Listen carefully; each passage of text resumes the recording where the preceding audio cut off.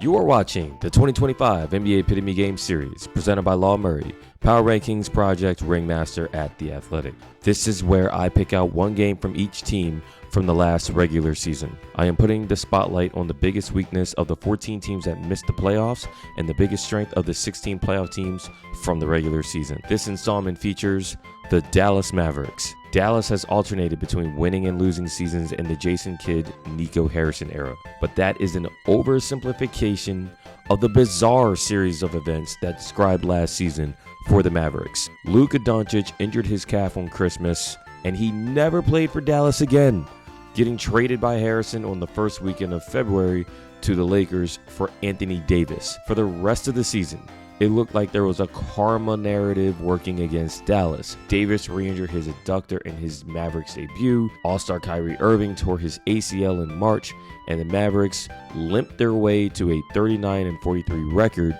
after being in the NBA Finals. Davis overwhelmed Sacramento in the play-in tournament, but the Mavericks were eliminated in Memphis to cap what seemed like a regrettable season. More on that later.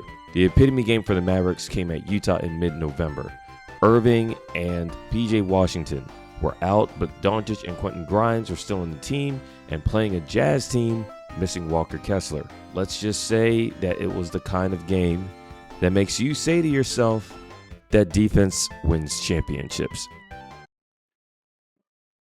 You get a lot of action from Utah here, and the Mavericks, they struggle a little bit to keep up. Jordan Clarkson, he knows he's short here. Klay Thompson and Spencer Dinwiddie, they're on either side of Clarkson. They relax. Clarkson's the guy that gets the offensive rebound. Utah scores on that second chance scoring opportunity. Going into the second quarter, again, a lot of actions for the Mavericks to keep up with. Luka Doncic winds up switching with Daniel Gafford. Marketing passes out for a Collier three. On the opposite side, Luka doesn't box out Filipowski. And Filipowski comes in, grabs a rebound from Luka and Daniel Gafford, puts it back, and that's another second chance scoring opportunity.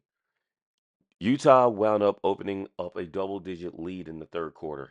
This is a live ball turnover. Luka is back and does a good job forcing Keontae Jordan outside of the restricted area. But there's John Collins, one of his 3 offensive rebounds in the third quarter, a putback that forces a timeout.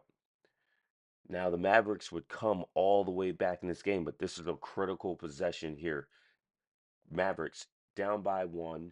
Luka on an island by himself with Jordan Clarkson. Clarkson gets Luka in the air. It forces Lively to come over. Lively is able to block the shot, but Collins puts it back and forces another Mavericks timeout.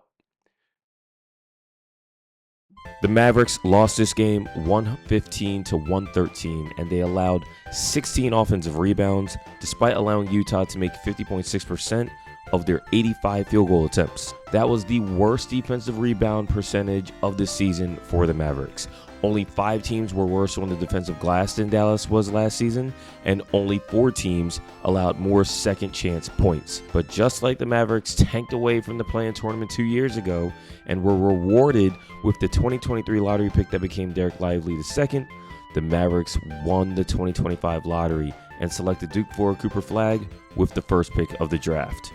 D'Angelo Russell is also here now to provide Irving insurance. All of Davis, Lively, Daniel Gafford, and PJ Washington missed at least 25 games last season. Dallas has more than enough size to be a better rebounding team, if the basketball gods have mercy. Stay tuned for the next installment of the 2025 NBA Epitome Game Series, featuring the Memphis Grizzlies.